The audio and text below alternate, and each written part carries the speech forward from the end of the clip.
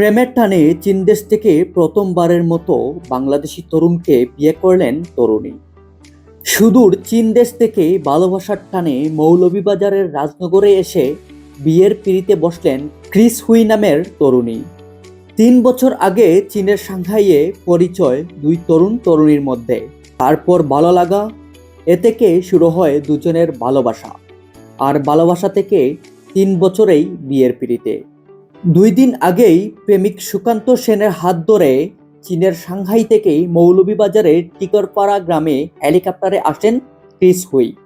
শনিবার সন্ধ্যা 7টা থেকে শুরু হয়ে রাত 1টা পর্যন্ত সনাতন ধর্মাবলম্বী অনুসারে বিয়ের কার্যক্রম সমাপ্ত হয় চীন ও বাংলাদেশি তরুণ তরুণীর।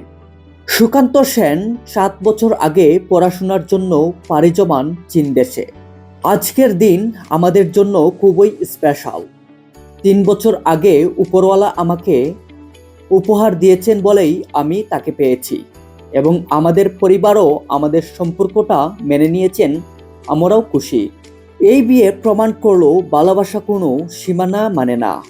দেশ, ভাষা, সংস্কৃতি পার্থক্য পেরিয়ে দুই হৃদয়ের মিলন।